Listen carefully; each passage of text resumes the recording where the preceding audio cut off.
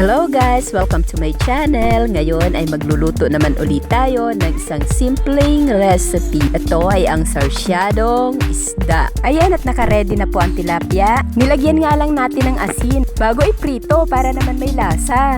Ang una kasing proseso, dapat nakaprito muna itong tilapia. Eto nga't nagsalang na tayo ng kawali.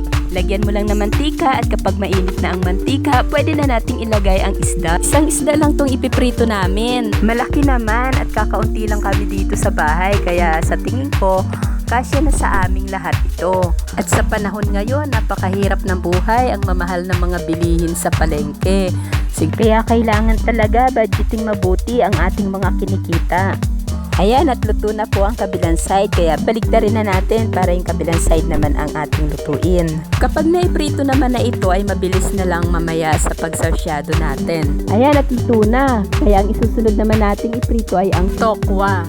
Ito ay optional lang naman. Pwedeng hindi nyo po lagyan kung ayaw nyo po. Ang asawa ko kasi ay mahilig sa tokwa, kaya itong lulutuin namin ay lalagyan niya. Pampasarap din kasi ito sa sarsyado. Ayan, at luto na ito. Ililipat lang natin ang lagayan at may ipiprito pa tayo. Marami kasi itong ating tokwang ilalagay kasi gusto rin ito ng aking mga anak. Masustansya at maganda rin naman ang benefits ng tokwa sa ating katawan.